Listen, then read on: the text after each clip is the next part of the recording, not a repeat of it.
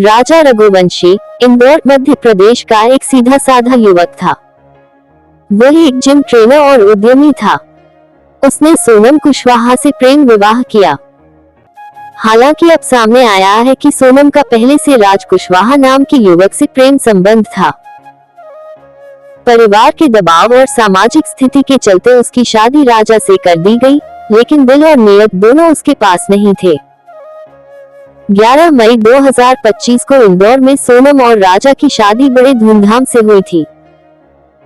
शादी में राजा ने सोनम को लाखों के गहने, ब्रांडेड सामान और एक आईफोन गिफ्ट किया था। शादी के पीछे साजिश। शादी से पहले ही सोनम और उसके प्रेमी राज कुशवाहा ने मिलकर राजा को रास्ते से हटाने की योजना बना ली थी। 20 मई 2025 को दंपति मेघालय के सोहरा चेरापूंजी रवाना हुए। 23 मई को दोनों नोगरियात गांव पहुंचे, जहां वे 2 मंजिला रूट ब्रिज ट्रैकिंग के लिए गए।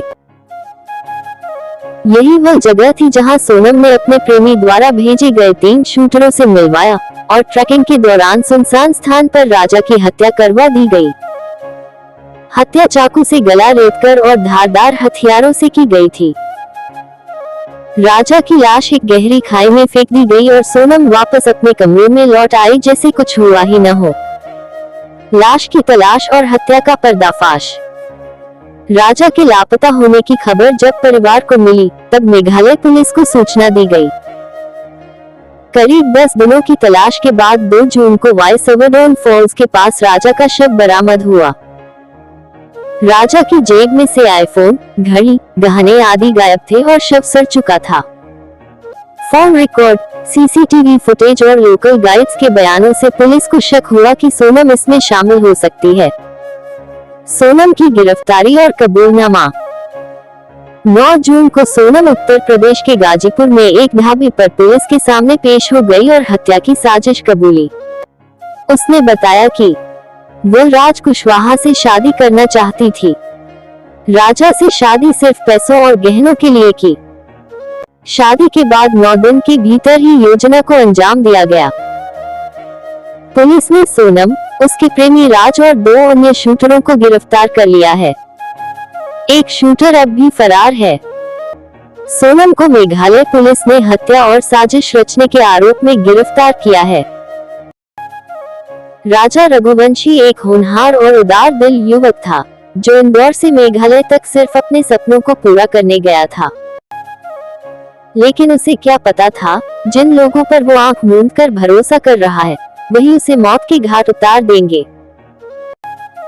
सोनम, जो उसके साथ एक ही इंस्टीट्यूट में थी, बाहर से तो मासूम दिखती थी, लेकिन अंदर ही अंदर एक गहरी साजिश की नायिका बन चुकी थी।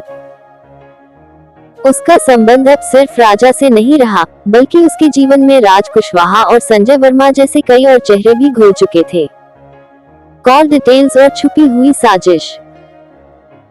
पुलिस जब सोनम की कॉल रिकॉर्ड को खंगालती है, तो चौंक जाती है। संजय वर्मा, जो अभी तक इस कहानी में कहीं नहीं था, उसे सोनम ने 112 बार कॉल किया। ये सिर्फ बातचीत नहीं थी, बल्कि इस मर्डर प्लान की बुनियाद थी। इसी बीच पुलिस को गाजीपुर के पास एक ढाबे का सीसीटीवी फुटेज मिलता है। वहां 3 चेहरे दिखते हैं, विशाल, आनंद और आकाश। लेकिन सवाल उठता है, तीसरा चेहरा असल में संजय वर्मा का तो नहीं? चाकू, फोन और सफेद शर्ट का रहस्य।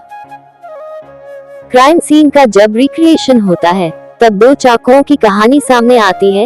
एक पहले ही बरामद हो चुका था और दूसरा अब एसडीआरएफ ने झाड़ियों से बरामद किया। सोनम ने हत्या के बाद खुद राजा का फोन तोड़ा ताकि सारे सबूत खत्म हो जाएं। और जिस सफेद शर्ट को लेकर पुलिस कंफ्यूज थी, उसकी सच्चाई भी खुलती है। वो भ्रम पैदा करने के लिए पहनाई गई थी, ताकि शक किसी और पर जाए। संजय वर्मा की एंट्री और नया मोड़।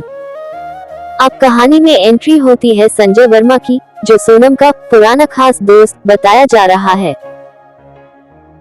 वो न सिर्फ उसे लगातार कॉल कर रहा था, बल्कि पुलिस को शक है कि वो फर्जी नाम से सिम खरीदकर हत्या से पहले की बातचीत को छुपा रहा था।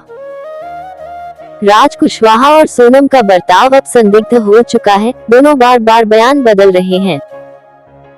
राज की दादी की मौत जो कि दिल का दौरा बताई जा रही है, कहीं उस तनाव का नतीजा तो नहीं? सच सामने आएगा या फिर कोई और बलि चढ़ेगा? पुलिस अब नाको टेस्ट की तैयारी में है। संजय वर्मा, सोनम, राज और बाकी तीनों आरोपियों से क्या इस केस का असली मास्टरमाइंड पकड़ा जाएगा? क्या ये सब सिर्फ एक प्रेम त्रिकोण था या फिर कोई और गहरी साजिश? आपकी क्या राय है कमेंट बॉक्स में जरूर बताएं।